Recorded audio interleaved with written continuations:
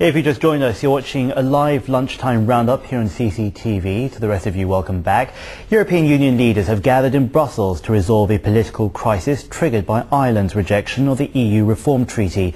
They're also discussing new measures to help address the soaring prices of both food and fuel. Mark Dreyer takes a look at that. The EU has said it will not rush to a decision on how to save the Lisbon Treaty reforms following Ireland's referendum vote last week. The current EU President, Slovenian Prime Minister Janez, said he expected a frank exchange of views on the matter before a solution is found.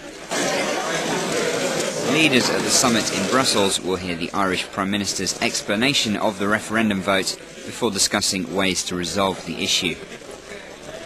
The EU is also under pressure to ease the pain of sky-high oil prices, which has pushed inflation to record levels.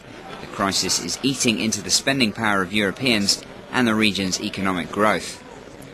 EU leaders are trying to launch long-term initiatives to reduce energy consumption.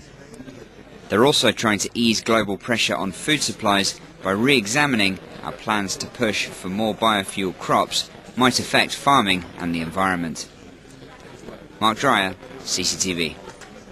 Well, let's stay with that because German Chancellor Angela Merkel is calling for a unanimous European Union solution to that Lisbon Treaty impasse. And after Irish voters rejected the reforms last week, Merkel is also against using fiscal measures in response to rising oil prices. As to the rise of oil prices, the most important and, in my view, most effective answer from Europe is more energy efficiency and expansion of renewable energy. In our view, financial policy intervention, which is being discussed again and again and which ultimately constrains necessary adjustments, should be avoided.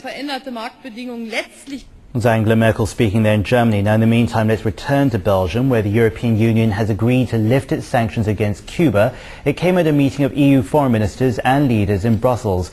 External Relations Commissioner Benita Ferrero-Waldner said that Havana's human rights issues have to be reviewed. The EU measures were imposed back in 2003 that included a freeze on visits by high-level officials. The sanctions were suspended in 2005 and will be fully abolished to encourage more reforms by Cuban President Raúl Castro, who took over the leadership after his brother Fidel resigned back in February.